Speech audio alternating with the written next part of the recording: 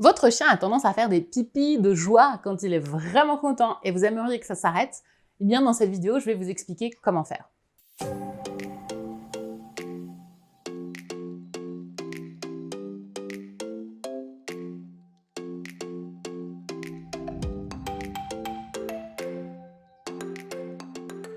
Bonjour et bienvenue sur cette chaîne YouTube. Je suis Pauline de Barba, éducateur canin professionnel et aujourd'hui, on va voir comment faire pour stopper les pipis de joie.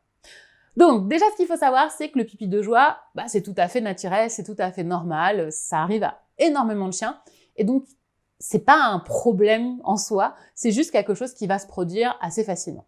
Ce qu'il faut comprendre, c'est que à ce moment-là, votre chien va ressentir une émotion forte, il est trop content de vous voir, il est trop content que vous soyez là. Et du coup, ça va être vraiment une réaction physique qui va se passer, ses sphincters vont se relâcher et il va avoir quelques gouttes de pipi qui vont tomber. Il faut savoir que ça peut se produire aussi avec d'autres émotions comme la peur. Quand votre chien va ressentir une peur très intense, il peut aussi se faire pipi dessus. C'est exactement le même processus qui va se produire. L'émotion va être très forte et du coup, les sphincters vont se relâcher et le pipi va sortir à ce moment-là. Également, si votre chien est encore jeune, si c'est un chiot, c'est normal aussi que les pipis de joie arrivent parce que c'est juste une question de développement physique. Il n'est pas encore capable de complètement contrôler ses sphincters et donc ça arrivera beaucoup plus facilement à un jeune chien. Je vais maintenant vous donner 3 conseils pour limiter les pipis de joie et éviter que ça se produise trop souvent. La première chose que vous pouvez faire, c'est déjà créer une autre façon de réagir pour votre chien dans la situation où ce pipi de joie se produit.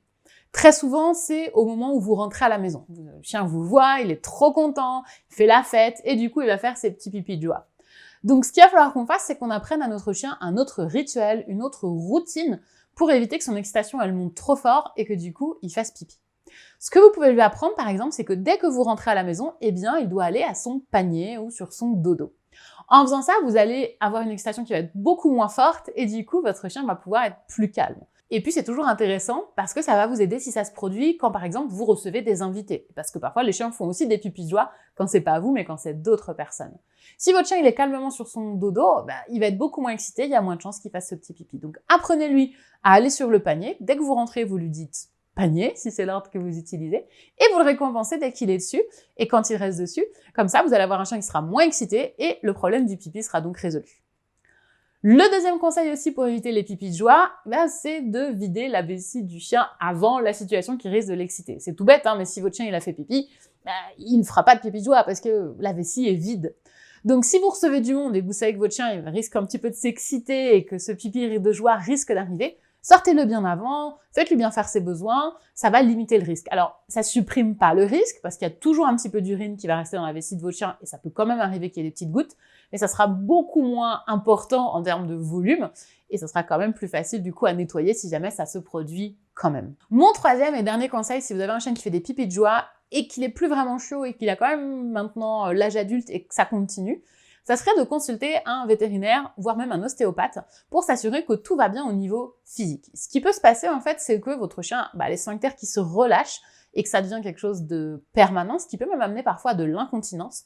Ça se produit chez des chiens qui vont vieillir, et c'est tout à fait normal, parce que les muscles sont moins forts, et du coup sont moins présents, et du coup le chien, petit à petit, va commencer à être moins capable de retenir ses sphincters.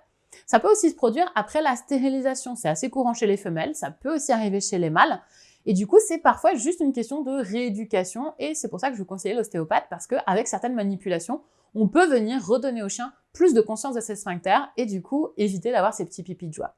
Il y a aussi certaines maladies qui peuvent amener ce genre de situation. Donc, ça sera auprès de votre vétérinaire de faire des tests. Très souvent, on va tester déjà les reins pour s'assurer que tout va bien à ce niveau-là.